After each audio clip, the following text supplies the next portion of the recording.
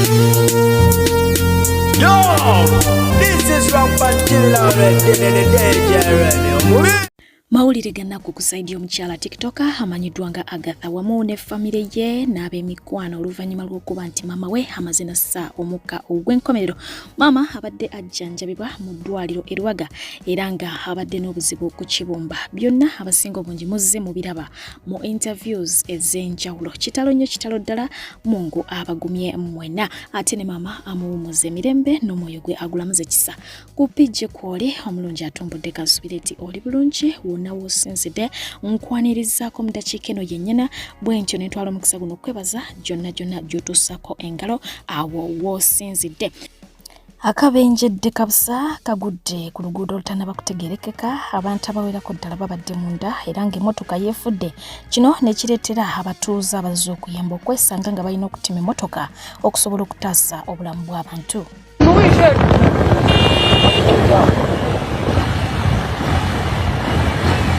Bana babitira adede wiki. Nibo.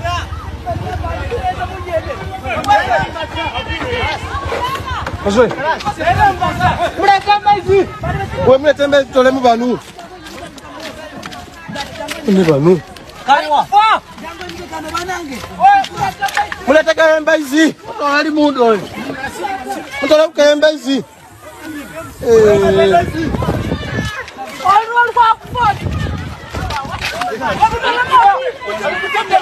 Muteme yao.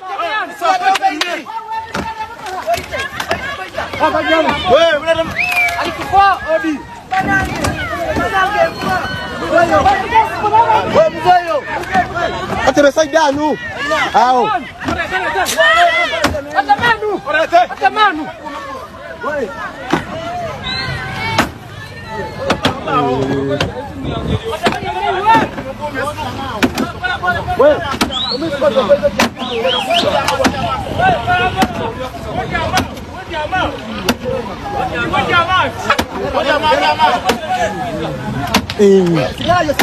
Ukire mu ibanga.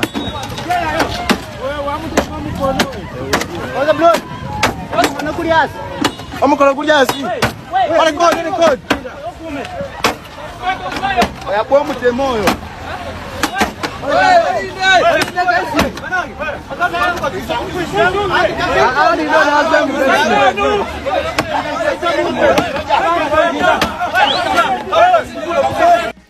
Omuvuzi w'ekimotoka kirukulana yagenze mu maaso kubanga ate yeezooba n'omugoba w'emmotoka entono oluvannyuma lw'emmotoka ennene okutomera ow'emmotoka entono ng'amuva mabega. Entabwe kwevudde kwe kuba nti omuvubuka nannyini mmotoka ntono aggyeyo essimu n'atandika okulikodinga nannyini mmotoka ennene, ate nga nannyini mmotoka ennene agamba nti abadde teyeetagisa kumuteeka mu katambi konna oba mu kifaananyi kubanga abadde bagenda kukkaanya.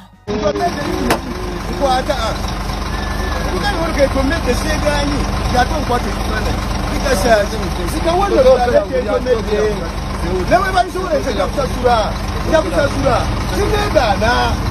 sinegana wamaneganye kuba musango wabagani kubekifani twabe tulabibi obedyentomete kana nyosinga.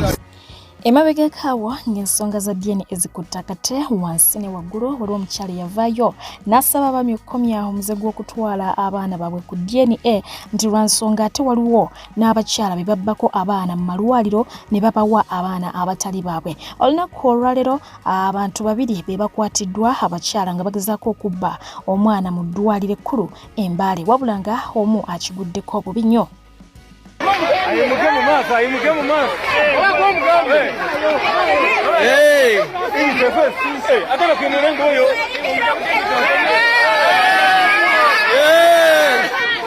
Adio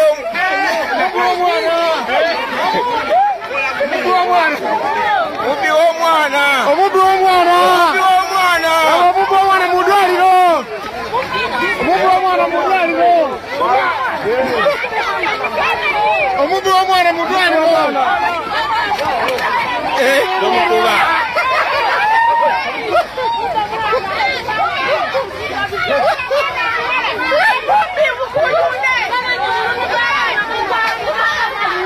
TikTok. Chiwedde.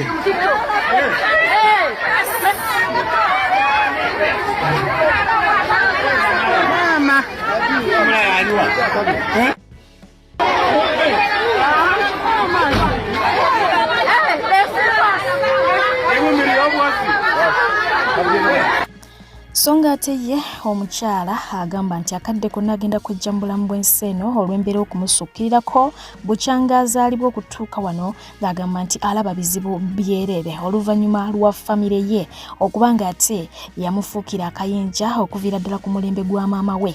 Ono agamba nti singa aba afudde bagende mu maaso okumuteekako eddagala ekitali ekyo wakudda atulimbula ekika kyonna. Ate nno njagala nfe kubeera ne bwe naafa teri ajja kumanya nti mujja kujja munteekeko eddagala nsirike. Wabula kye nsaba omuntu wabeerayo omuntu nandyagadde anteekeko eddagala oluvannyuma lw'okufa kwange njagala nkomewo nzite buli lunyiriri buli musaayi okuva buli kika ekyalumya maama wange. Nze nkooye okusaba nga Mukama ansasule ng'abantu ababi kubanga ne Mukama naye takola nkooye okukaaba okuva obuto bwange nga nsaba Mukama. I'm tired. Nze nsabye okuva buto bwange nsabye sirina kusaba kwesabangako paka ne mu bukulu buno era nkyasaba nakudda mu kukaaba koyo okusaba. Wabula kyenjagala bwe munzita munyambanga abantu bange ne banteekako eddagala banaye njagala nzite buli omuntu ani ku mutima. Actually newaffe gye nzaalibwa bonna ngenda batta oluvannyuma lw'okufa kwange. Oluvannyuma lw'okufa kwange ngenda kutta buli lunyiriri lwenvaamu ewaffe ebukojja ngenda kubatta mwenna. Ekirungi munjagaliza kufa kati nze sijja sobola baloga kubanga nze siri mulogo sijja baloga tekijja sobola naye ngenda kukomawo mbatte mwenna ngattemu n'abannumya ngattemu na buli omu eyannumya ngenda kubatta mwenna munzite naye mukimanyi nze ngenda kudda. Kimuyitiriddeko omukazi wattu so ng'ate ye omwana ow'obulenzi adduse waka gy'abadde awangaalira ng'agamba nti bawangaala nabo bamususseeko okumuwaayiriza wamu n'okumutulugunya mu ngeri emu oba endala nga bw'agenda okuba ng'ate abinnyonnyola.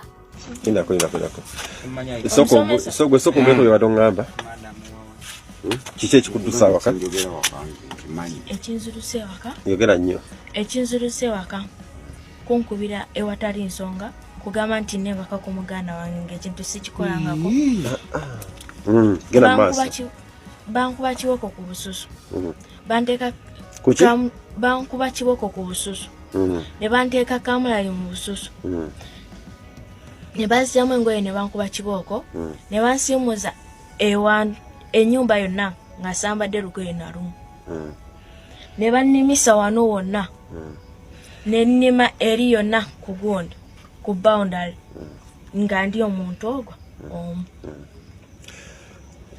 Amanya bogwani amanya gange nze Omuyanja Rahman. Osomera wa? Nsomera ku Rainbow Junior School. Wene myaka emeka? N'emyaka 13. Kati mu kibuga gy'obadde ogenza kukola ki?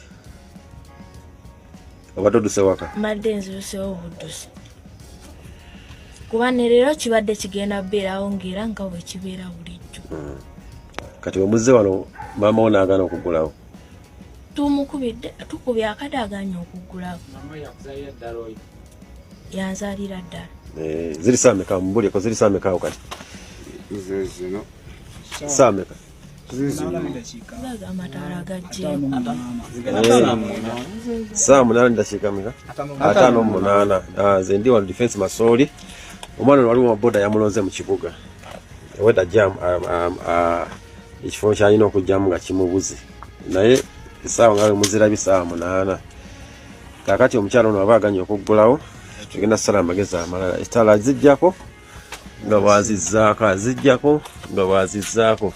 Bagenze ku poliisi ne bamukomyawo wano. Ne bakaba akubira defense w'e Masooli. Kati defense banenze okulaba omukyalo ono nga aggulawo. naye omwana ono baleka alina embeera gy'ayitamu etali ya bulijjo. So nange nfunye abaana abantu balina embeera nabo wano okujja kutaasa ono wa Bukenya. Omwami Bukenya. Professor Bukenya. Mr. Bukenya.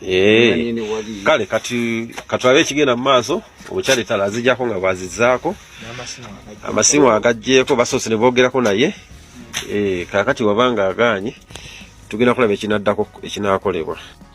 Ate nga bo abamagye agalwanyisa envuba embi bagenze maaso okubanga ate bookya ebikozesebwa mu kuvuba mu ngeri emenya amateeka ebiwerako ddala bya buwumbi 15 bano bakyaliddeko emyalo egy'enjawulo mu disitulikiti ya Park wamu ne ku Lake Kyoga era ng'eyo bagenze maaso okubanga ate basaanyaawo ebyenjawulo. Omulimu guno gukulembeddwamu Intelligence Officer mu FPU Major Joseph Cheropo era nga bagenze maaso okubanga ate basomesa abavubi ku bikozesebwa mu nvuba embi era bwe batyo ne bategeeza nti balina okubyewalira ddala. Ebyo byo nga biri awo y'omukulembeze w'eggwanga lya Kenya William Ruto yalagidde poliisi okubanga ate ekuba abeekalakasi amagulu egasesebbule kasita etabatta oyo yenna agezaako okubanga ate ateekera amaduuka omuliro. Ruto agamba nti okukyusa obukulembeze tekujja kubaawo ffa nga bo bwe balowooza wabula kulina okubanga kuyita mu kalulu. Bino bijjidde mu kaseera nga olunaku lw'okweseggulo abantu 32 baafiiridde mu kwekalakasa okwabadde mu ggwanga erya Kenya. Okwekalakasa kwabadde kugendereddwamu okuwakanya obukulembeze bw'omukulu William Ruto mu ggwanga eryo so nga ate era mu kadde ke kamu bagenze maaso okubanga babako obubaka bwe baweereza mu ggwanga ti Uganda ne bategeeza nti n'omukulembeze waayo Yoweri Kaguta Museveni alina okwamuka obuyinza kubanga akolagana n'omukulu William Ruto ekintu kye bagamba nti tebajja kukkaanya nakyo. Ruto and Museveni, they are working together. Must go home. The two of them. Ruto, Museveni must go home. And Chelsea. We redempted Ruto and Museveni. Ebyo nga byogeddwa omuduumizi w'eggye erya UPDF General Muhoozi Kainerugaba yavuddeyo n'agamba nti nze mu ggwanga erya Kenya omuntu yenna gwempagira ku pointi eno ye Afande Ruto era bw'aba yeetaaga obuyambi okuva mu UPDF buterevunyira kubanga ate mbumuweereza. So nga ate ye omukulu amanyiddwa nga Sheikh Kiti avuddeyo ku mukutu gwe n'ategeeza nga bw'ali excited okulaba President Bobi Wine bw'atyo bw'awandiise ng'asoyaringa ina mu mwaka gwa 2026 agamba nti akaseera ako kalibeera ka byafaayo era bw'atyo amwagaliza byonna ebisinga ng'agenda mu maaso okuba nga ate atwala ttaamu empya mu bufuzi era bw'atyo n'agamba nti ffenna tubeere n'essuubi eri future eri bright mu ggwanga lyattu Uganda. Mu ntuula ez'enjawulo ezigenda maaso okuba nga tezitaba ku kitebe kya NUP omukulu amanyiddwa nga Honorable Balimwezo yalabiddwako ng'afukamira yes okubanga ate afuna omukisa okuva eri omukulembeze w'ekibiina era nga mu bigambo bye yagambye nti katufune emikisa okuva eri pulezidenti waffe atusabireko wabula nga ate mu kugaba omukisa guno ne pulezidenti w'ekibiina naye yafukamidde wabula nga Balimwezo yasoose ofukamira ekifaananyi ne kikwata nga Bobi Wine tannakola ki tannafukamira n'abalala. Awo nno bangi bwe basinzidde ne bajja obusungu nga balaba nti Balimwezo alinga gezaako okubanga ate asinza pulezidenti w'ekibiina kya National Unity Platform mu ngeri efaanako bwetyo. Omukulu amanyiddwa nga Honorable Muhammad Nsereko y'omu ku abo abaatandisira nga akozesa omukutu gwe ogwa X okulaga obutali bumativu n'embeera yabadde egenda mu maaso. Ono yawandiise n'agamba nti bw'olaba omuntu ali respected nga Engineer Balimwezo ng'akedde ku makya nakkakkana wansi olw'okubanga just katiketi ka pate kitegeeza nti ensi yaffe eri mu matigga era n'agamba nti tusabira nnyo abaana baffe betuzadde ku mulembe guno kubanga omulembe gulina omulugube ye bw'atyo bwe yageze maaso kubanga ate akiraba so nga ate si ye yekka n'omukulu amanyiddwa nga Abed Bwanika naye yavudde n'agenda maaso kubanga ate awe endowooza ye ku kifaananyi kino kyennyini. Mu bigambo bya Bwanika yawandiise n'agamba nti olina okukkakkana wansi oba okuvunnama n'osinza ekibumbe ekya zaabu ekyo Kabaka Nebukadneeza kye yagenda maaso okubanga ate asettinga up naye Honorable Balimwezo ani akuloga bwatyo yewe yamubuuziza. Weewaawo ngenda kubaga ate mbawaako ko katono nnyo ku bigambo ebyavudde mu mukulu amanyiddwa nga Honorable Balimwezo nga tannafukamira ate nga embeera yonna bwe yagenze maaso kubanga ate ebeerawo tebaavunamidde Bobi Wine wadde nga babadde bagenze mu maaso ge abawa omukisa wabula ate naye bwe baamutuuseeko n'alaba nga bafukamidde naye yamaze n'akola ki n'afukamira. Era nga tugenda kujja otuwa amafuta ag'okufuna favor n'okunoonya ssente ezo. Mujje mmwe bannange benkulembera tugende wa pulezidenti atuwe ateekeko omukisa.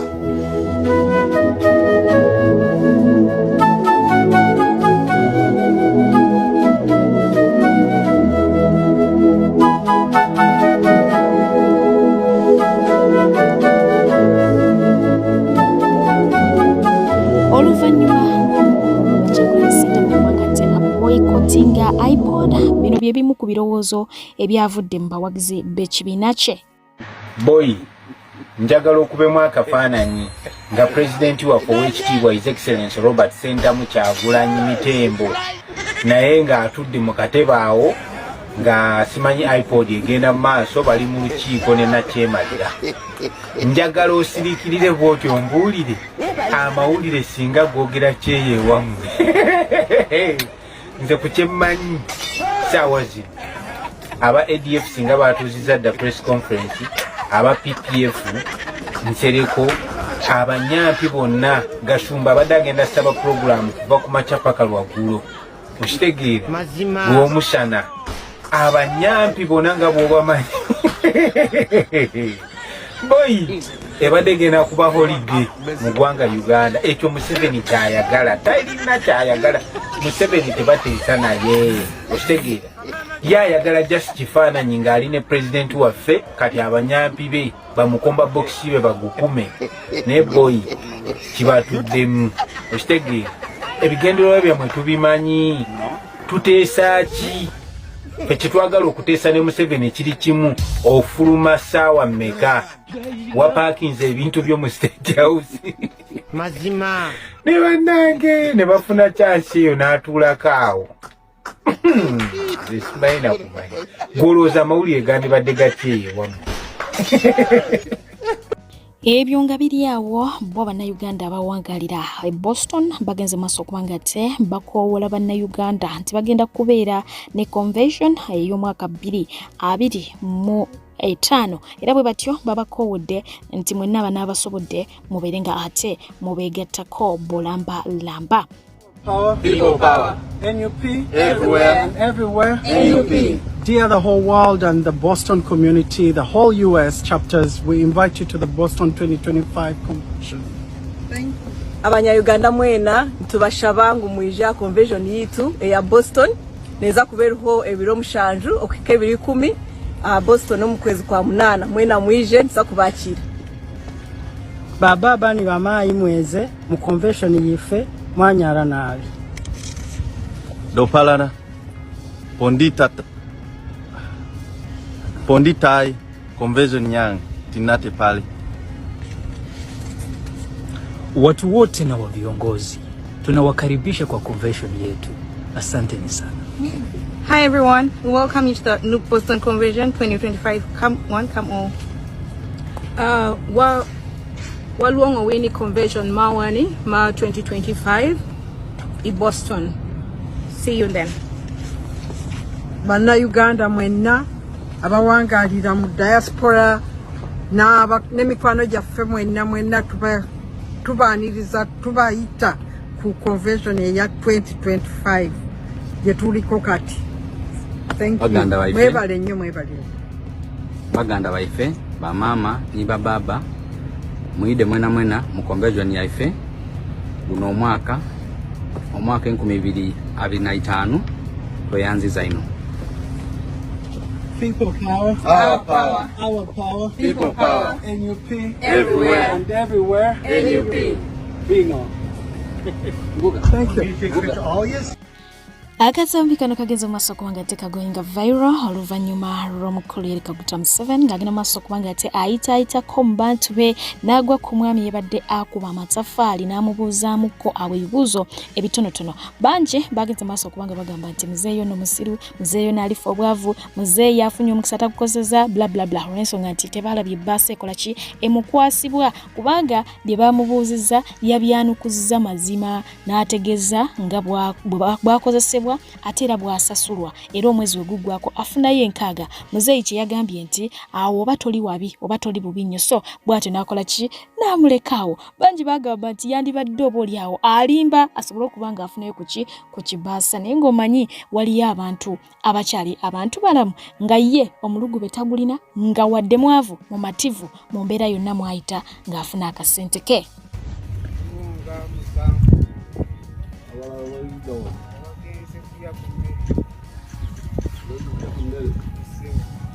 Business yani mkuu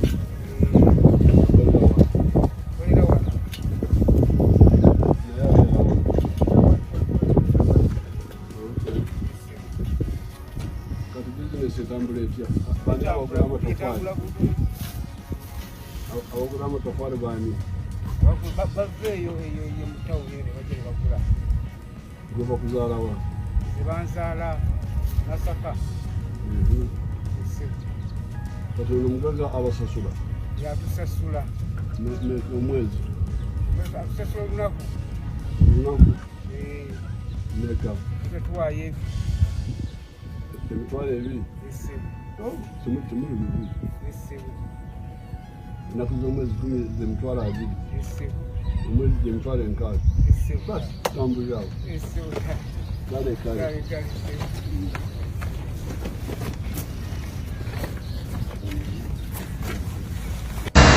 Omukulu kati akonkona alo gye muli alo ojja kukanoonya ogenda kawulira, ojja basanga ku tanuulu, ojja basanga ku nnimiro zaabwe, ojja basanga ku midaala gye chapati ne gye nnyaanya, nojja kutegeera nti abantu bakukoowa dda.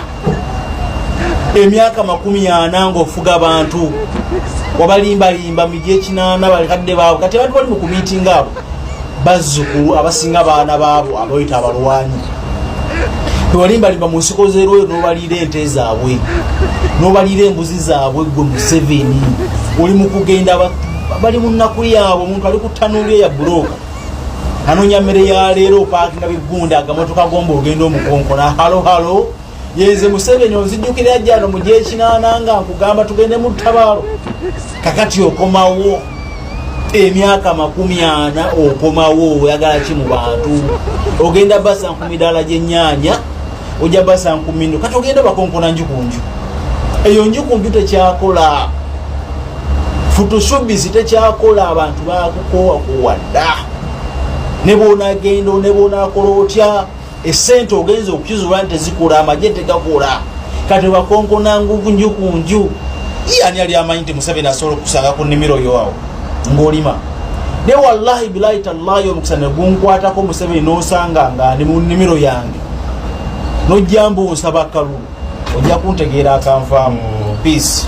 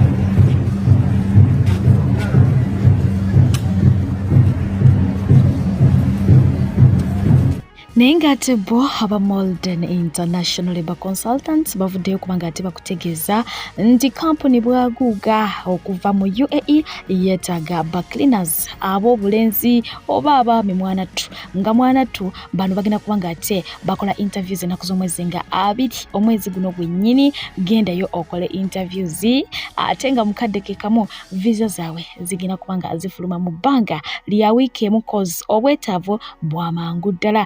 Duka Zambwa waliwo yambuzizza nti Fifi company eyo eri genuine mukwano ojja kutambula bulungi nnyo bano tebabba ssente zo ate nga kakeya weekaliso gendayo mukwano babere nga bakukwasaganya mpola. Abalungi abatuuliriza era abatulaba olunaku olwaleero tuchaddeko ewa Sheikh Ashraf Dembe. Sebo nsanyuse okubalaba amannya agange Yezeseeka Ashraf Dembe akola ku bizibu by'enjawulo omuntu singa abalina ebirwadde musomereddwa tumwa amazzi ga lukuya nga bw'obadde ogalaba tugenda abantu ku kyoto ne twokya emizimu emibi egibabaamu n'okulomba edduwa abantu singa abeera ng'ali wano atuuse sobola okumulombera edduwa ne waba atatuuse nga mpadde amannya ge naye ng'ali wala neetaase ennamba yange yeeno eri 0701763711 nammwe bannyinaffe abali ebweru oyagala okuba nti oyagala okulombera ku dduwa ng'olina ebizibu viza zibuze amaka gakolongotana sente zikola zimpita mu ngalo ojja kumpeereza ekifaananyi kyo n'amanyago ebyo byokka bijja kummala nja kulombera edduwa ojja kutereera olunaku olusembayo mu mwezi mba n'edduwa eyawamu ffenna n'abalwadde bange abakadde n'abapya. Salaamu alaikum warahmatullahi wabarakatuh. Ngina kubanga ate nsembyayo emboozi y'abafumba ababiri abattiddwa ku luguudo lw'Entebbe amangu ddala nga bakadda emitala w'amayanja. Eno y'ennyumba yaabwe mwe babattidde wabula nga chairman yavuddeyo n'agenda maaso kubanga ate ategeeza nti ennyumba eno mpya yali yakazimbibwa era nga yazimbibwa nga banaatera okudda mu bufunze binayo babadde bakatandika okugibeeramu kubanga ettaka eryagamba nti libadde limazaawo ebbanga ddene nga mukwano buli lwagezaako okubuuza bawoza kimu nti bannannyini lyo gye bali naye bali mitala w'amayanja era nga nalyo libadde liwangaddewo ebbanga nabo almost bamaze emitala w'amayanja wabula omuntu bw'atyo gwe yasazeewo kubanga ate abajjambula mu bwensi eno kagamba question eri nti oyo eyabase kati agenda kufuuka nannyini nnyumba eno oba agenda kutwala ebyobugagga ebibadde ebyabwe byonna. Sometimes before we act we need to think. Ng'omuntu tonnamuyisa bubi olw'ekintu kye kyatuyanidde kyakoleredde kyeyerekereza mu bulumi obungi asobole okuba nga ate afuna ky'olina okumanya nti emikisa tegifaanana ne bw'omutta olw'ekintu ekyo at the end of the day tekifuuka kikyo ate ne bwe kifuuka ekikyo tosobola kukinyumirwa mu mirembe nga gwe eyagenda maaso okuba nga ate ottaba nnyini kyo oba okitegera kiri kisigala kikontinga ng'owulira ekibi kikola kikulumiriza. Ngenda kuba nga ate mbasiibuza omukulu amanyiddwa nga mulindwa ngono yeesimbyewo oba agenda kwesimbawo mu mwaka gwa 2026 ayagala ntebe ya mubaka wa mukono. So ngenda kuba nga ate mubawa ku nsonga eno nga abamenyeramenyeramu mmwe abali emitala w'amayanja naawe atali wano naye ng'olina kye weekoledde okitegeera olina okuba nga ate ebintu bino obiwuliriza bulungi nnyo okubanga ebisinga byonna nga bwabyogedde bituufu. Mubeere bulungi abakume mweraba. Kati gwe yenna nkuba kyeyo ng'omaze ebbanga oli ku kyoyagala komawo wano Uganda zezina ensonga 5 ezisobola okwagaliza omuntu okutta oba gwoveewo nga wakatonya butonya bwoti e Uganda. Ate ng'ensonga namba 5 mwenna gye musinga okukola. Namba 1 bw'oba oli eyo nkuba kyeyo naye ng'olina amakago ge wazimba olina ennyumba z'abapangisa ze wazimba n'oziteeka mu muganda wo n'oziteeka mu mukwano gwo yazibeeremu n'awangaaliramu n'awasizaamu wabula kati ng'otuuse okukomawo wano e Uganda omugamba ennyumba agiveemu gw'otandika okugikozesa. Emikisa 9 amawulire g'okufaago gajja musanyusa nnyo okusinga ggwe okubeera omulamu. Remember, bino ebintu betwogerako their possessions. People get possessed with them over time. People become possessive. Kati omuntu bw'omuwa ekintu n'amala ebbanga ng'akikozesa atandika okukirabanga ekikye. So omuzimu gumulinnya nga ye awulira gwe waakiri ovaawo yakisigaze. Namba 2 bw'oba ogula ettaka nga wagula ettaka olinayo ekibanja kyo olinayo ekyapa kyo naye nga wagamba omuntu nti kirimireko beera nga ettaka eyo likozesa ng'omuntu oyo amaze ebbanga yalimirako alimiddeko emmwanyi alimiddeko ebitooke bye kati gw'otuuse okukomawo oyagala bw'otuuka omuntu oyo faamu agiggyeko sina kino oyagala na bitooke ebyo bisaawa emmwanyi ezo oyagala zisaawa gw'ozimbeko. Nkubuulira amazima abantu abo naddala abalimi oguguli gubanga muzimu ebitooke ebyo abirabanga muntu emmwanyi ezo azirabanga baana be nga gwe okuzitema ozisaanyeewo gw'otandika okukolerawo waakiri ofa n'ovaawo. People become obsessed with them.